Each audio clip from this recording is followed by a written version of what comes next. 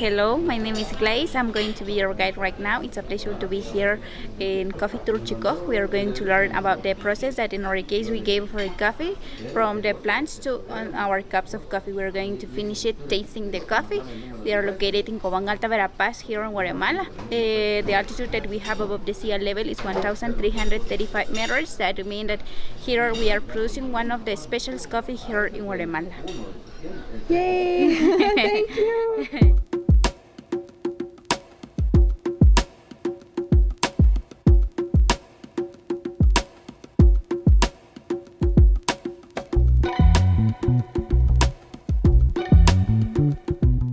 Morning! Bon matin tout le monde! Donc on vient de se réveiller, on a dormi ici à Chicoge, qui est en fait l'endroit où ils cultivent le café. Et en fait, on peut justement camper, on est arrivé hier soir, on peut camper pour 25 quetzals, donc c'est quand même abordable. Puis on a super bien dormi, on est en altitude ici, donc c'était quand même assez frais. Alors on était content parce que ça fait quelques mois qu'il fait très chaud et humide, fait que ça fait du bien d'avoir un petit peu plus de fraîcheur. Et là, on s'apprête à aller faire justement le Coffee Tour. C'est 75 quetzals par personne, donc on s'en va voir ça. Puis après, si le café est bon, on risque d'acheter du café.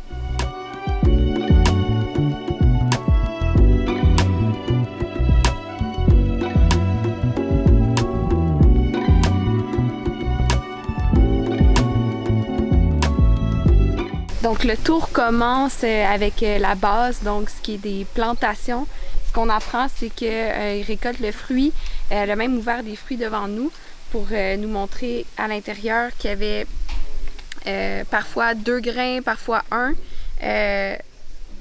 Puis eux, ils vont privilégier les fruits qui ont 2 grains pour pouvoir les faire sécher, pour pouvoir les planter par la suite.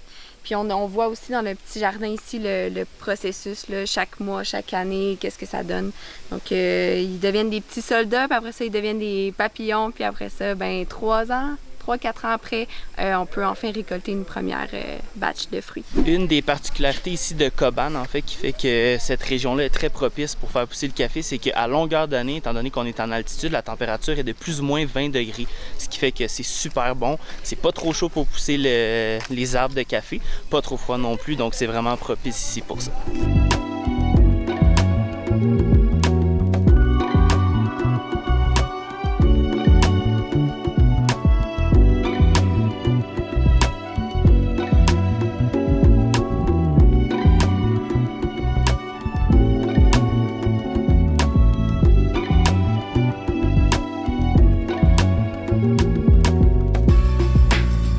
On voit que parmi les arbres de café, on a aussi des bananiers, en fait, des arbres fruitiers. Donc les arbres sont utilisés surtout pour créer de l'ombre parce que durant la saison de la récolte, donc le harvesting season, on a besoin d'avoir 50% du temps où il y a du soleil, 50% où il y a de l'ombre. Donc ces arbres-là permettent justement de créer cette ombre-là.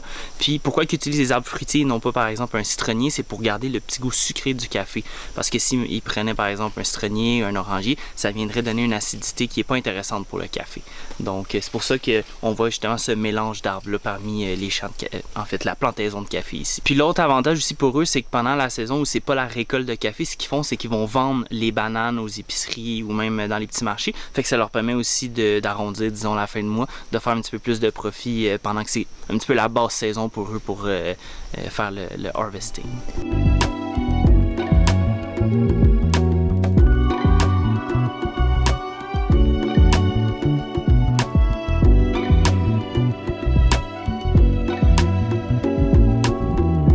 Donc ici, on peut voir que le plan a été coupé pour 2 raisons. La première, c'est s'ils poussent trop en hauteur, ils vont créer trop d'ombre pour ceux à côté, puis ceux qui sont en haut vont avoir trop de soleil, ils vont burn.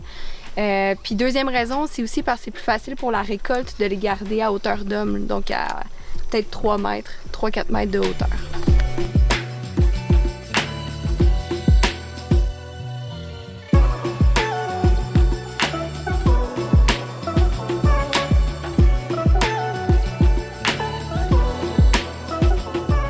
Donc ce que la guide nous a expliqué, c'est que les arbres qu'on voit ici, les plantes, en fait, c'est pour séparer. Parce qu'ici, à Chica, le nom de l'endroit où on est, il y a plusieurs... en fait, c'est une coopérative, puis il y a plusieurs personnes qui font pousser du café. Donc, ces arbres-là sont utilisés, en fait, pour séparer les différents propriétaires. Puis, ce qu'ils vont faire, c'est qu'ils vont, durant la récolte, ils vont tous travailler ensemble, utiliser les machines pour faire, en fait, le procédé du café.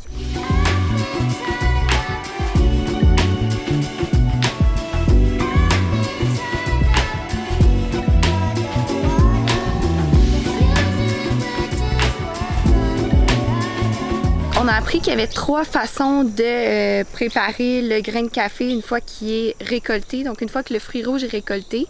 La première façon, c'est, en anglais on dit wash, donc il est lavé, il est nettoyé de tout son miel. La deuxième façon, c'est sans le laver, donc il garde son miel autour, on peut le voir là, sur les taches sur sa coquille. Dans tous les cas, on va ouvrir la coquille puis retirer le grain à l'intérieur.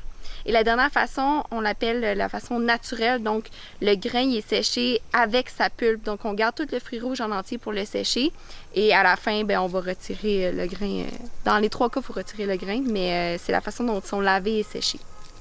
Et ce que ça fait, c'est que ça va donner un goût différent au café. Donc, le fruit qui est naturel, séché avec la pulpe, ce qu'on nous expliquait, c'est qu'il va être exporté plus en Asie. Donc, eux sont plus fans de ce type de goût-là. Plus exotique. Alors que chez nous, on va plutôt garder rien du tout. Le laver. Le laver Celui qui est lavé. Le faire en café Folger style. Mais il paraît que la graine ici qui est honey, ça serait peut-être celle qu'on préférait. On a parlé un peu avec notre host, puis elle pense que ce serait peut-être celui-là qu'on préférait parce qu'il est plus fort, donc il est plus goûteux, il y a plus de flaveur.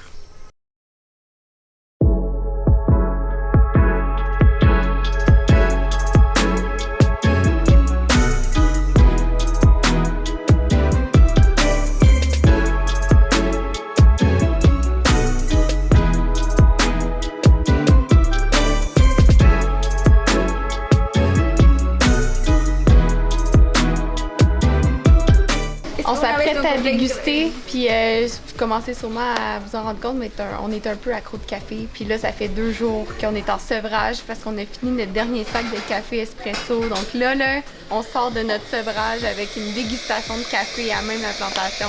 Je suis vraiment excitée.